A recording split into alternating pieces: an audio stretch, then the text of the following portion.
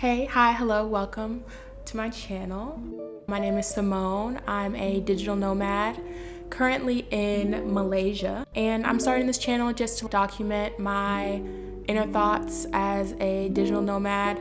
There might be travel vlogs, but we'll see. No matter where you are in the world or where you are in life, I hope that you can relate to what I have to say. And if you can't necessarily relate, I hope that you're thoroughly entertained. So this video is about how my view of friendship has changed as I have gotten older and as I've transitioned into full-time travel. I am traveling solo, so that definitely impacts what I have to say.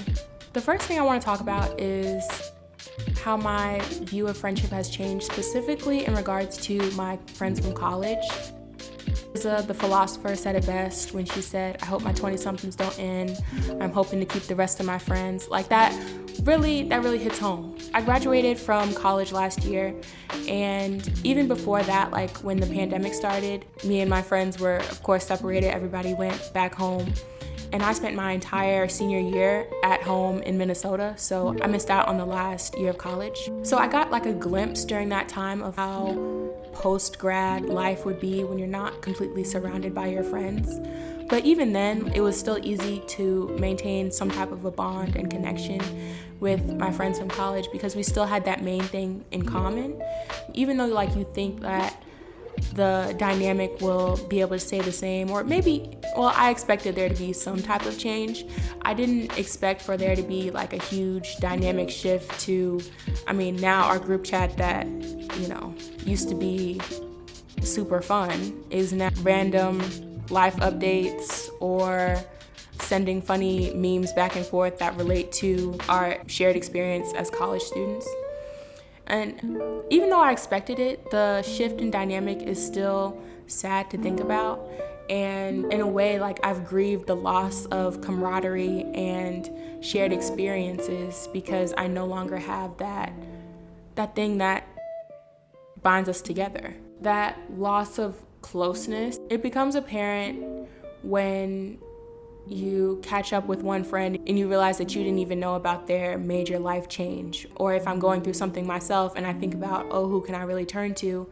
Well, is it odd to go talk to this friend that I haven't talked to in 3 months because I haven't really had an update on them, but they haven't had one on me, but they're no longer in your routine of social interactions. So, I don't know. If you relate to that type of loss and that type of grief, definitely leave a comment. I feel like I'm not alone in that.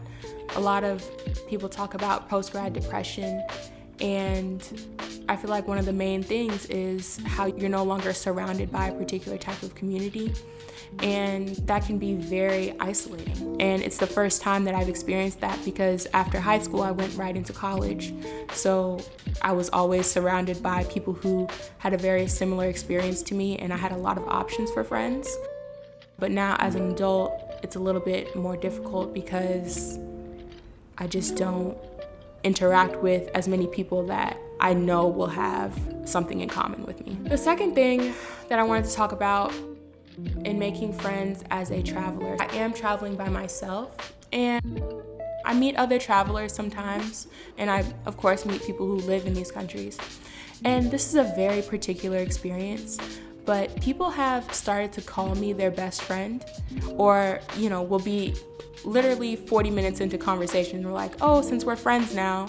And I'm very particular about who I call a friend. I've always been sensitive about who I call a friend and who I call an associate, an acquaintance, those types of things. Those chatty, catty cliques of preteen girls really did a number on my mental health. But my therapist gets paid to work that out with me. But this happened twice. It was once by a group of other travelers and then once by a local person. And I didn't really know how to react to it, but it was also kind of saddening because it was just a reminder that I'm traveling by myself and I don't necessarily have a best friend or a companion. Even though I'm traveling and I'm having a great time, I wouldn't necessarily call myself a socialite and I don't have the most active social life. Like, I spend a lot of time by myself, doing things by myself. And it's the life that I chose, but at the same time, I grieve the idea that I had of myself, that I would be, oh yeah, after college, I'll have this group of girlfriends and we'll all go out to brunch every Saturday afternoon. And I really like envisioned, like you see the friendships, well, Insecure was, kind of a mess, but you see the friendships on TV like Insecure, 20s, at least I think that this time in my life is supposed to be the most exciting hustle and bustle. I have this great group of friends that I can go on vacations with and people I want to go visit, but reality is that once people are into their routines and in their own lives, that they don't necessarily have the time and space to be completely tuned into exactly what each of their friends has going on. And this idea that I have of these great friendships that are fulfilling aren't happening right now. And that it's a sad reality, but it is what it is. But yeah, when I interact with, new people and they automatically call me their friend, it's nice, but also it just reminds me of the social life that I'm grieving in a sense. And this leads me into my next point. As a solo traveler, I'm equally as lonely as I was in the United States.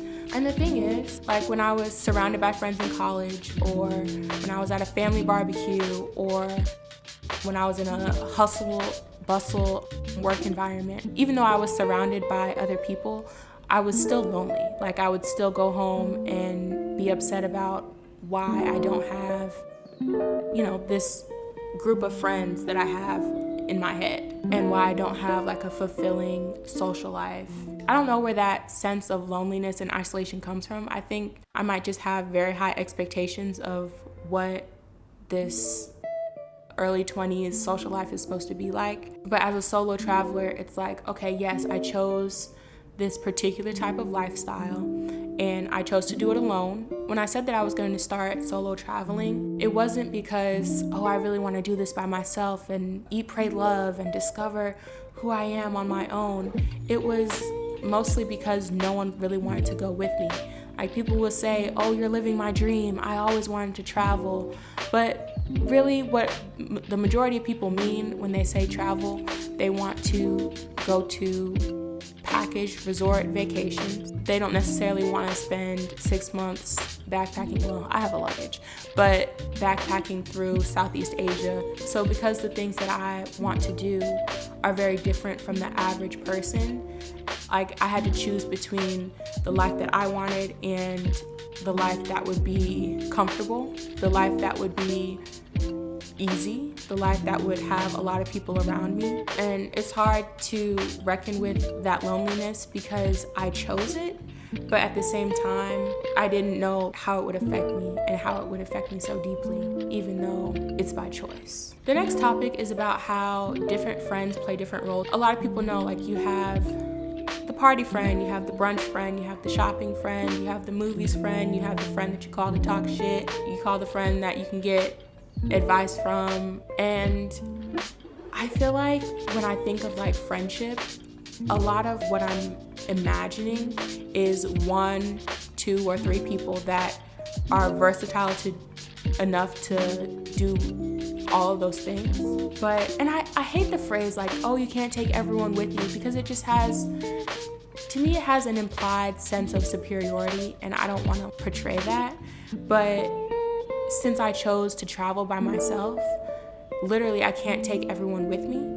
And even though a lot of people say that I'm living their dream, a lot of people don't necessarily have intention on living that dream for themselves. And it's a sad but true reality that not everyone I meet will want to or can travel with me. And that limits the type of community that I can build for myself.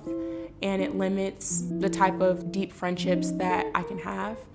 Another thing, even if someone isn't a traveler or a nomad, I, try to maintain like friendships with people back home, but it can be hard for me to talk about my travel experiences because my community is also limited because I don't want to come off as I'm bragging. Like, yes, I have my little Instagram, follow me on Instagram. But yes, I have my Instagram where I write long dramatic captions, but in a way I can see that as like, oh, I'm talking into the void, But when I'm talking to one of my friends from back home one-on-one and they're worried about rent is due on the 1st, their student loans have to be repaid soon, and all the things going on in America, or they're talking about their boss and their corporate job, or just all the things that are like typical topics of like what's going on with people's lives, it's hard for me to talk about the amazing experience I had at the botanical garden yesterday when, a lot of people I know are dissatisfied with their lives. And I think that's a very Western thing, because a lot of the people that I've met that are either travelers or local to another country are not nearly as depressed as Americans are, but it's still hard to relate to other people. Most of my friends and family are American. It's still hard to relate to them and be able to discuss the things that are going on in my life without trying to seem like I'm bragging. And the last thing is that as an adult and as someone who has recently graduated from college, I am now open to more types of friends. As a kid and a teenager, your options are limited mostly to the people either live in your neighborhood or go to your school, and usually those are the same people. But now that I'm an adult who literally is traveling to all these different places, I have the most options with people that I can be friends with. I can make a friend in Indonesia and Malaysia and Thailand, and then I can also make friends with literally anyone online. I can make friends with people from back home. And I also have a diverse amount of choices in the people that I can be friends with. I have my mom friends, I have my corporate baddie friends, I have my med school friends, and traveler friends twice my age, friends that are a little bit younger than me. I have my hot mess friends, of course. And that diversity in I have all these options and they have all these beautiful experiences that they can bring to the table in friendship. And I'm grateful for that. And it's oh yeah, I wanna, see the world as half full versus half empty. But that half emptiness is the fact that I have all of these options and I'm interacting with more people than I have ever interacted with, but I still feel lonely.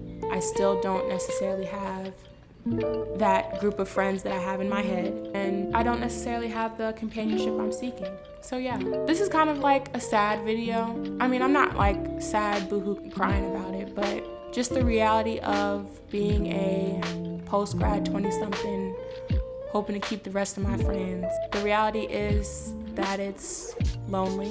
People ask if you get homesick and if you get lonely while traveling. I don't necessarily get homesick, but I do miss having a community that I could rely on and having a sense of consistency.